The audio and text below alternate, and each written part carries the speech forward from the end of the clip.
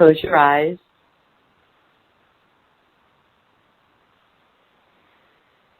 And actually, in getting the guidance to suggest visualizing yourself to be in clothing of another era.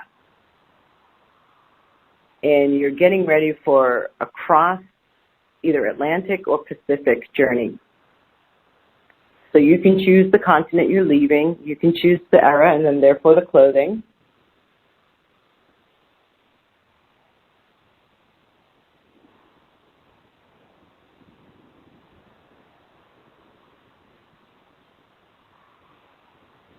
You could even choose a gender, but I would recommend staying the same gender you are. We don't want to go out there too much because this is not the focus of the visualization, the clothing or the era or even the continent.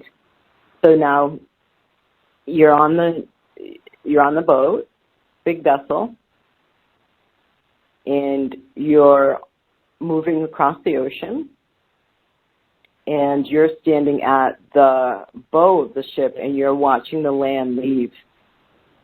And you're watching it get smaller and smaller.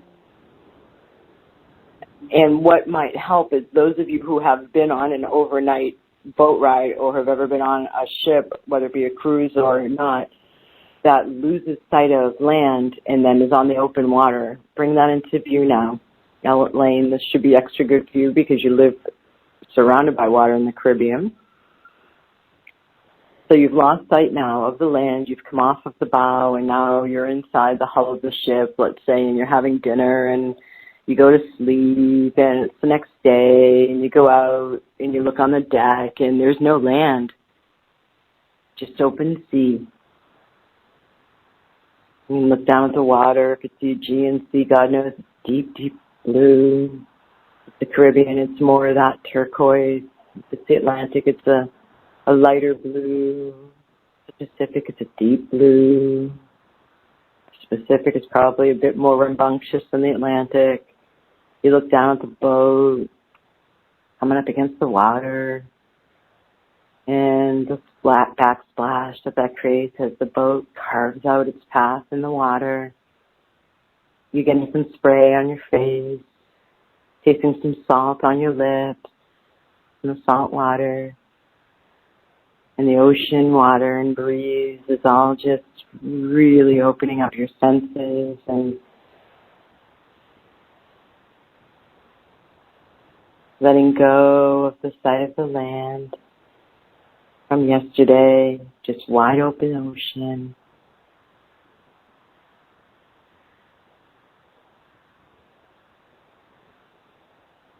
And you're given a bottle, an empty bottle, and you're given 5 slips of paper.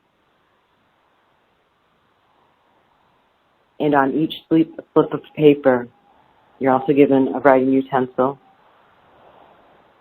You're writing down your worries about this new phase of your life you're moving into. There's no story allowed. Each one is just a bullet, not even a full sentence. You know these worries really well.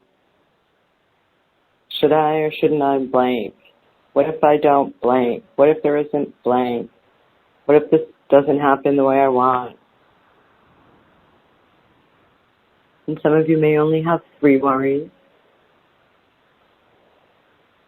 And as you complete writing down each one, you roll it up and you put it in a bottle. The bottle.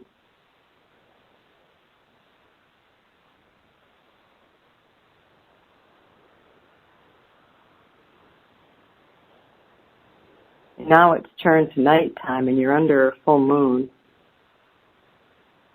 And the moon's a lustrous gem splashing down its light onto the water. It takes your breath away.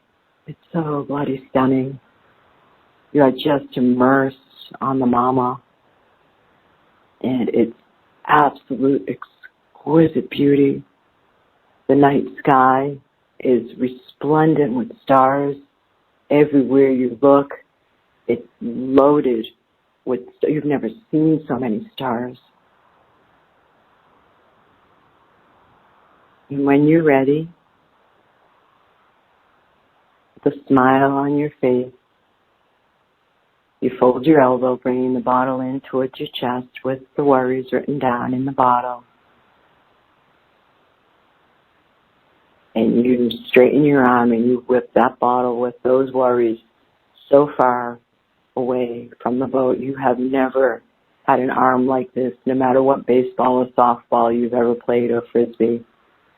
That bottle went soaring. There's actually a wind that comes up and takes it away. And it gets carried further away. And if you're a golfer, Alan, like Alan is, this is the best,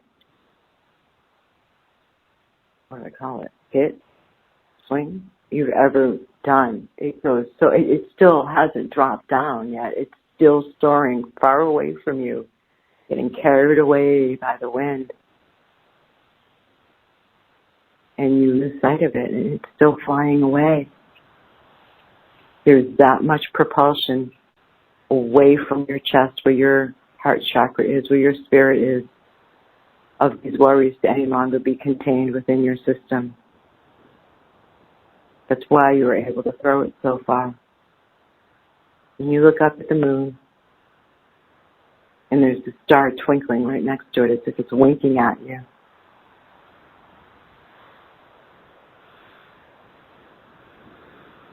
And you go to the front of the ship, and for a moment you feel like you want to do what was done on the Titanic movie. You're king or you're queen. You're free.